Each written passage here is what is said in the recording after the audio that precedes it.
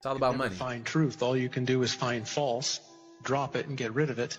And eventually when you can't get rid of any more false, what you're left with is the truth. How much false can you find? And there's lots in history. I was looking around the internet and came across the images of the 1893 Chicago World Exposition. And it blew my mind because it looked like ancient Rome in the middle of downtown Chicago.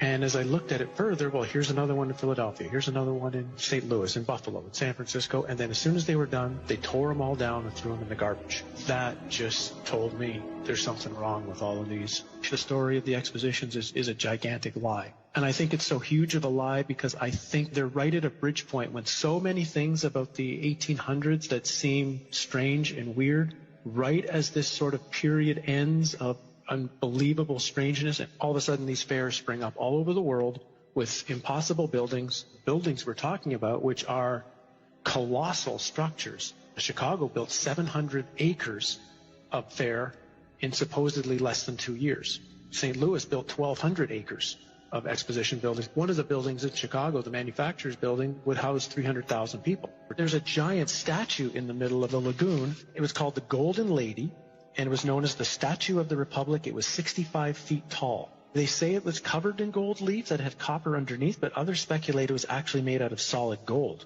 So you're talking 65-foot high, potentially solid gold statue. We're talking giant structures and looking like ancient Rome with towers and domes and columns and the most fine, ornate pieces to them in these record, unbelievable times. Then as soon as they're done, chuck them in the garbage.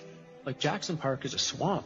So supposedly they had to drive down tens of thousands of wooden stakes in order to support the weight of everything. They dug out massive lagoons, lakes. They had a canal system that ran through the entire exposition. They also had an above-ground electric train. An electric train, well, where's the electricity coming from? That's running around the park. They had a moving walkway down by the shore. Not enough people are asking, where does this technology come from? Just to frame it, if I'm not mistaken, the Chicago Fair was the first time people had seen electric light. Tesla's the one who got the electricity contract for the Chicago Exposition, and it was certainly more than all of the lights anyway that were in New York City at the time were at the Chicago Exposition. Now, it must have been mind-blowing for most of those people who had only seen gaslight or candlelight at night to see that city lit up in such a way. Again, count the ways. It's 1901.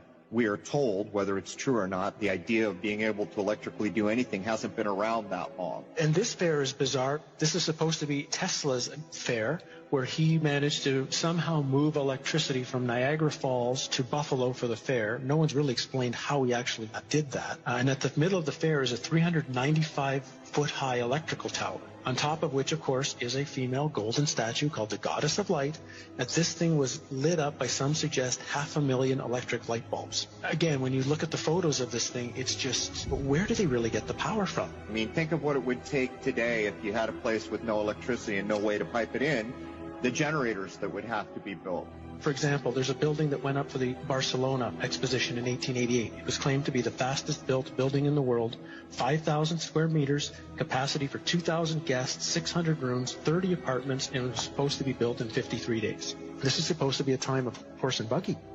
The 2-year building times are actually impossible unless the two most likely theories would be either A, they had a technology that they're not supposed to have, and it really was built in that time frame. Even if they built them, they had to build them out of marble and stone in record time, or the buildings were already there. They'd been there for hundreds or thousands of years, fixed up, refurbished, repainted, hence the term whitewashed, which is the term that was used for the Chicago Exposition, which was paint all the buildings with this brand new spray paint that they had just developed to spray paint all the buildings in record time, so you couldn't tell if anything was old or anything was new. How long did these things tend to stay open? When they built these things, supposedly over 2 years, which is the narrative, how long were they there for? About 6 months.